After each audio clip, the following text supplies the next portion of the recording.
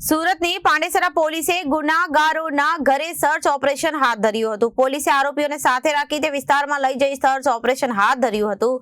DCP Vijaysinh ગુર્જરે ગુનેગારોને કાયદામાં રહેવા સૂચનાઓ આપી હતી। ગુનેગારોના પરિવારને પણ પોલીસે કાયદા વ્યવસ્થા જાળવી રાખવા સમજ આપી હતી। સુરત પોલીસે આરોપીઓને સાથે રાખી દરેક વિસ્તારમાં જઈ સર્ચ ઓપરેશન હાથ ધર્યું હતું।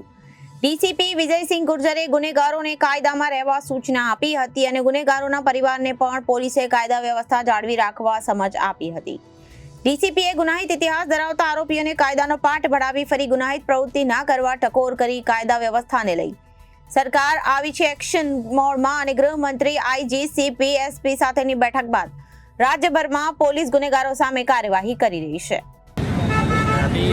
माननीय SM sir, DG sir, CP sir इनके निर्देश के बाद में पांडेसरा पुलिस स्टेशन विस्तार में आज पत्रकार कॉलोनी एरिया में कॉम्पिंग रखी गई है। तमाम हिस्ट्री शीटर, एमसीआर और जो रिसेंटली किसी भी तरह के गुनाह में इन्वॉल्व थे ऐसे व्यक्तियों की तपाश की गई, उनको चेक किया गया।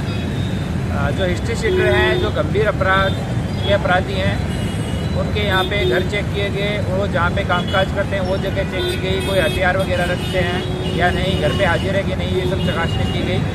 और अभी हम लोग पूरे विस्तार में इनकी मिलकत के बारे में, इनके अवैध जितने कामकाज हैं उनके बारे में, इनके जो इनकम के सोर्स हैं उनके बारे में, अगर कहीं कब्जा कर रखा है उसके बारे में, सब चीज़ों के बारे में हम लोग अभी तपास कर रहे हैं और गुनाहगारों को किसी भी स्थिति में बख्शा नहीं जाएगा।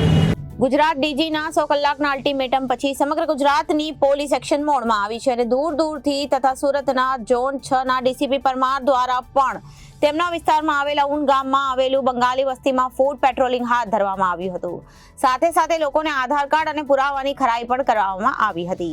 તેમજ સંવેદનશીલ વિસ્તાર હોવાના લીધે વિસ્તારમાં ઘરમાં ચેકિંગ હાથ ધરવામાં આવ્યું હતું।